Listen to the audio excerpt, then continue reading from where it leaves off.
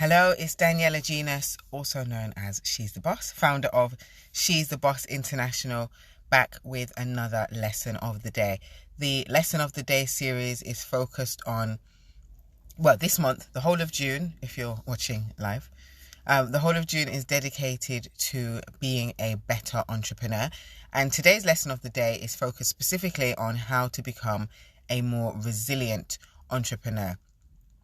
So thank you if you're watching live. If you're watching back on the replay, then please make sure that you drop a comment to let me know what you thought of this session and if there's anything that you've taken away from it, or if you can relate to any of the examples that I am going to give. So entrepreneurship is generally, and I feel like I'm being quite repetitive because I say this fairly often.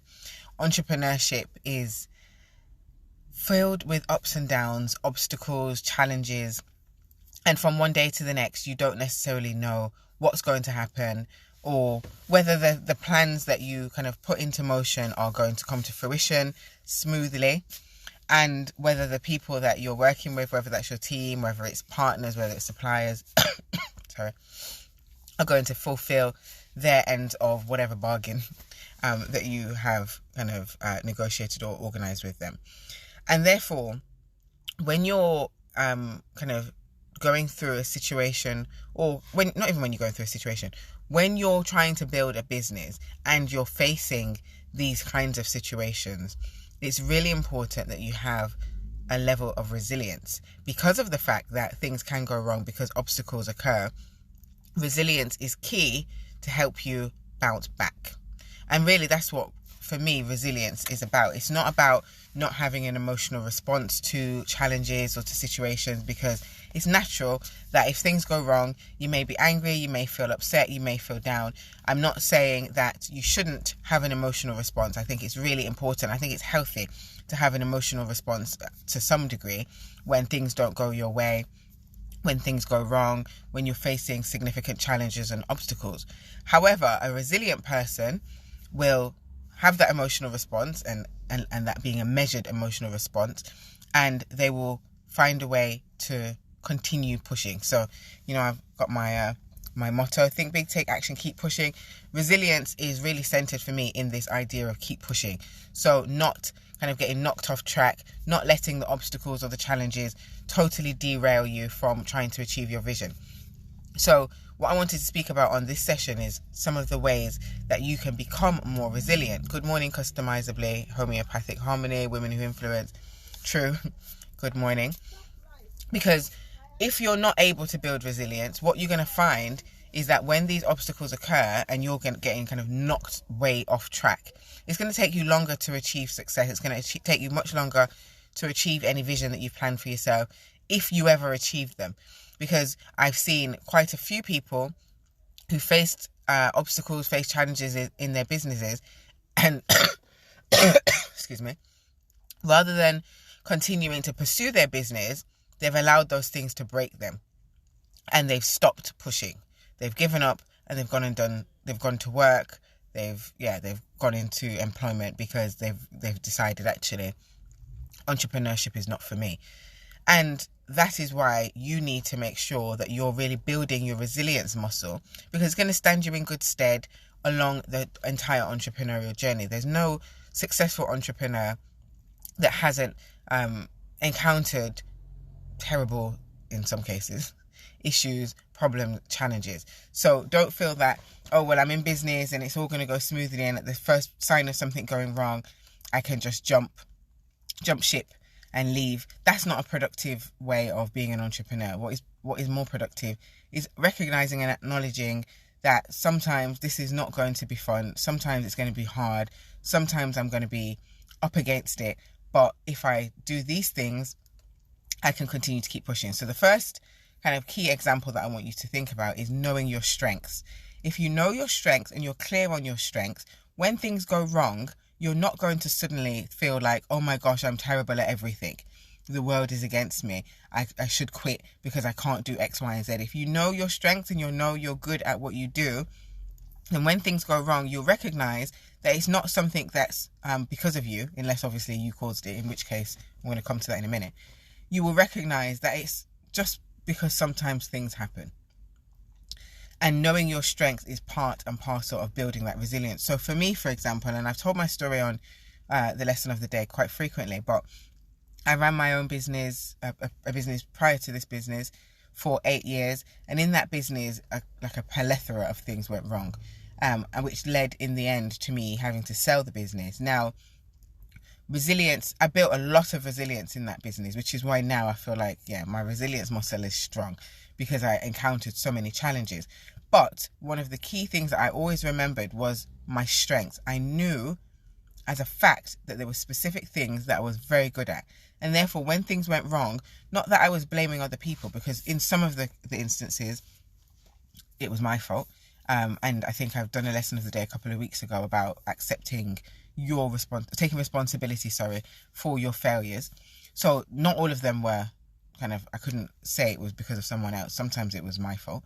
But for the things that weren't necessarily my fault, I recognized that actually, particularly when it comes to people, some of the people were at fault. And actually, I know that I'm good at running this business. I know that I'm good at doing event management, which is what I did at the time. I know I'm great at projects. I know I'm good. I knew what I was good at. And therefore, it was very difficult for any external force or factor to convince me otherwise. So you need to do the same thing. Be very clear on what your strengths are. So you can do a SWOT analysis to kind of really break down exactly what your strengths are. So SWOT analysis is your strengths, your weaknesses, opportunities and threats. You don't have to do the opportunities and threats unless you're looking at kind of analysing the external marketplace. But really look at your strengths, but also look at your weaknesses. So having self-awareness is the second thing that can help you build resilience. Because if you know what you're not good at, if you're not being good at something, then there's no point getting upset about it, because you recognise and you're aware that I'm not good at that. So therefore, for example, I don't beat myself up about getting my diary confused when I used to get my diary confused. I know I'm not good at diary management. That's why I've hired Virtual Correct to assist me with it, because I know I'm not good at it. And actually being quite self-aware and understanding, as I said, your strengths, but also understanding your weaknesses is a real key part of then being able to build that resilience muscle, because you're aware of your capabilities and what your capabilities are not. And additionally, if you can reduce risk by identifying your weaknesses, and like I've done, I know that I'm not very good at diary management and admin and all of that stuff, so I outsource it. So I've kind of preempted what the risks are. The risks are me getting all confused with my diary, not checking emails, blah blah blah. I preempted that. I recognise that that's a risk that could lead to significant negative impact in my business, and I've outsourced it. So whilst that's not a direct, this is how I build my resilience, it's how I stop more problematic things occurring in my business, so that I can focus being resilient for the things that are outside of my control. The things that are within my control, I put things in place to minimize the likelihood of them impacting me and my business negatively. But self-awareness is also really important in terms of understanding how you deal with obstacles, how you deal with challenges, how you deal with setbacks, how you deal with significant problems. So I know for me, and obviously at the top of this, I mentioned the fact that I think it's really important that you allow yourself to have an emotional response when something goes wrong. I know for me, I have typically, when things go wrong, two emotional responses. One is anger, the other one is upset. So I will either cry or I will scream. Like, there's never any kind of in between. It's one or the other. And being aware of that, then again, I then have to put strategies in place to ensure that when things do go wrong, I'm not screaming my head off and I'm not bursting into tears. So one of the key things that I've started to do, particularly when it comes to screaming my head off, I sound like a lunatic, but it's taking deep breaths. Like, something's happened, take a deep breath. Usually I'll close my eyes and I'll count down from 10 to calm myself, and then focus on dealing with whatever that problem is. I'm very aware of that. I'm very aware that if I want to cry, one of the things that I don't want anybody to do is hug me. So if I'm in a situation where something's gone really wrong and disastrous and I feel like I want to cry, I don't let anyone hug me, because I know then I will just burst into tears. So understand what your kind of triggers are, and also what your kind of emotional responses are to things going wrong, to challenges, and work out ways that you can kind of put strategies in place for not having such a severe or significant emotional response. So I may cry a little bit later, but I'm not going to cry there and then when I'm trying to deal with the situation, because that's pointless. It's also not very helpful to scream and shout. That doesn't mean that I'm trying to stop myself from being angry, because, as I said, I feel like you should allow yourself to feel those emotions. But anger is not helpful when you're trying to deal with a situation. So screaming and shouting is not helpful, but feeling the anger and being annoyed and even vocalizing the fact that I'm annoyed, I don't necessarily think is a huge problem, as long as it's done in a respectful way. So start to think about what is your kind of standard emotional response, and how can you work on minimizing kind of the level of outburst that you may have in response to a problem. But then following on from that, then you need to think about solutions. And this is one of the reasons that I started to look at strategies for, I suppose, minimizing my emotional response, not blowing up, not bursting into tears, because it's not helping me get to a solution. And really, if you want to build your resilience, you need to become solutions focused. Because if you just become emotive, you're not focusing on the solution, you're wallowing, you're kind of being self-deprecating. It's all my fault. Oh my gosh, the whole thing's coming to an end. What have I done? When actually, if you really want to bounce back quickly, focus on the solution. So what is the solution to this problem? How can I solve this challenge? Who do I need to help me? Who do I need to call upon to help develop a solution to this problem? Then in getting that solution, then you're already bouncing back, right? Because you're not sitting and wallowing and getting depressed in the moment. You're actually focusing on overcoming whatever that challenge is. And I think that's really important. Be a solutions-based thinker, not a problems-based thinker.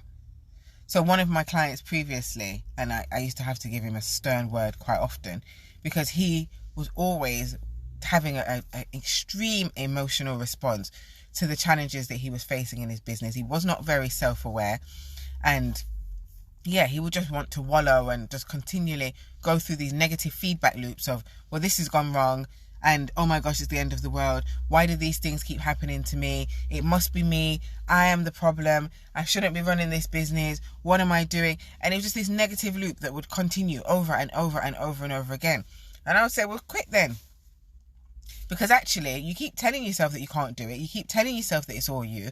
You keep telling yourself that you don't have the skills, you don't have the qualifications, you don't have the experience. So stop doing it. And then you say, well, I don't want to stop doing it. Well, then stop telling yourself that it's your fault. Stop telling yourself that you can't do it. Stop telling yourself that all of these bad things are happening to you because it's a problem with you. And actually focus on the solutions. Focus on what you need to do more of to stop these negative things happening. Focus on the strengths that you have and how you can kind of exploit them to build your business. Focus on how you want to win. Focus on the vision for this business, and stop focusing on all of the things that have gone wrong and all of the ways that you've contributed to that. It's not beneficial. It's not going to move you forward. It's not going to get you out of the problem. So then what's the point? So I want to ask you guys, do you find yourself getting kind of caught up in these negative loops of thinking when things go wrong? And if you do, have you ever tried any specific strategies to stop yourself from doing it? For me, when I get into a negative loop, I replace the negative with a positive thought. So, for example, what I would previously have done, like, oh my gosh, why do all these bad things keep happening to me? And the positive spin that I put on it, and I've said this to quite a few people actually, I may have even said it on the lessons of the day. Who wants to read the book of my life if it all went smoothly? It's boring. Nobody wants to read that book. People would want to read a book about the ups and downs and the challenges that I've overcome, but who really wants to buy a book by an entrepreneur who started their business and everything went great and then they became a millionaire? So it sounds funny and people laugh when I say it, but one day, and hopefully that day is going to come very soon, I want to write a book about my experiences as an entrepreneur. I want to write many books. And again, if everything ran smoothly, nobody wants to read that book. So when I start to or if I've ever thought about, oh gosh, why do all these things happen to me? I replace that with, these things are happening to strengthen you and to provide a story to inspire, to motivate, to empower the people that are coming up after you. And that for me really helps to focus my mind that actually, like there's reasons for this. And I think that's a really me personally, I think that's a really positive way of looking at the challenges and the obstacles that you face. Look at them as lessons to be learned. Look at the challenges as ways to strengthen yourself, and also look at the fact that if you can overcome those challenges, if you can find solutions, that your story may be a testimony to somebody else in the future. If you give up, then how is that a testimony? How is that going to empower anybody? And I think that's a really positive way of reframing your thinking, so that you're not being negative, that you're not kind of being down in the dumps all the time, that actually you're seeing challenges as opportunities. And that can help build resilience, because rather than seeing challenges as another way of you being drowned down and the man to get you down and all of that stuff, you're seeing challenges as opportunities to be a greater version of you. Like, I am able to do what I do now and be so good at what I do now because of all of the challenges that I faced in my first business and overcame. Now, I sold the business, but that doesn't mean that overall it wasn't a success. It was a success. It was even more of a success because of the fact that I was able to sell it. But without all of those individual challenges, I wouldn't be able to be here running She's the Boss and running She's the Boss successfully. I learned so many valuable lessons that obviously I'm out here sharing with you on a regular basis, and it built my resilience, because I know now, no matter what happens, even if She's the Boss like completely ground into the ground, I can't see it happening, but let's just say it did, I know that I can bounce back. I know that I can come back. I know that I can rebuild, because I've already done it once. I've already lost my business, and I say, obviously I sold it, but I didn't want to sell it. So I lost my business once, and I've been able to start again, rebuild my personal profile, rebuild my business, get my business, like my current business, to be turning over in terms of kind of monthly revenues more than the previous business did, because my previous business, we received a lot of grants. So whilst the turnover seemed quite high, it wasn't commercial sales. Whereas this business, I don't have any grants. It's all paid work that I'm doing, people paying me to do the work, contracts, packages, etc. that I'm selling. All of that has come to fruition because of resilience. Because I didn't say, well, the first business didn't work out the way I wanted to, so I just give up, I'm not doing it anymore. I didn't say, well, entrepreneurship isn't for me. And actually, if you're really an entrepreneur as opposed to just a business owner, really you need to always be focusing on opportunities and knowing that it can all go wrong, but I can just do something else. And looking for different opportunities and different ways to exploit things. Like, I think I've said it quite a few times. I've had two businesses before this one. The second one, my business partner continued to run without me because I realised I didn't want to do it anymore. But I have another 2 businesses that I'm launching hopefully by the end of this year, because I recognise my strengths. I have self-awareness. I know what the qualities that I possess that are able to bring value to the world, to society, to a business, to businesses. And because I know that no matter what happens, even if I launch these businesses and it goes completely wrong and doesn't work, I know it's not going to rock me to the core to make me believe that actually I'm not an entrepreneur anymore. I know I'm an entrepreneur. I know I'm a good entrepreneur, but I also recognize that there's not everything that's in my control. Some things can go wrong, and that's fine. Learn from it, move on, do something else. So I just want to encourage you today, if you're feeling like, oh my gosh, bad things happen to me and it's my fault. If you're feeling like you lack resilience, remember, know your strengths, also know your weaknesses. Be self-aware, understand who you are, what you're capable of, what the value is that you bring. Focus on solutions. Focus on the lessons that you learn from the obstacles that you face, and replace and reframe negative thought loops and thought patterns with positive ones. And I promise you, if you do those things, you will bounce back quicker. And also, sorry, I forgot to mention that, although I've said it, but don't feel afraid to have an emotional response. Don't feel bad if you feel sad, angry, upset, disappointed. It's normal. It's human nature. But don't sit in it too long. My granddad used to say, you're allowed to be on the floor. You choose and determine how long you stay there for. And I think that's a really powerful phrase, because it's true. There's no shame and there's no blame in being upset and being down when things go wrong. But you choose if you're going to stay there forever.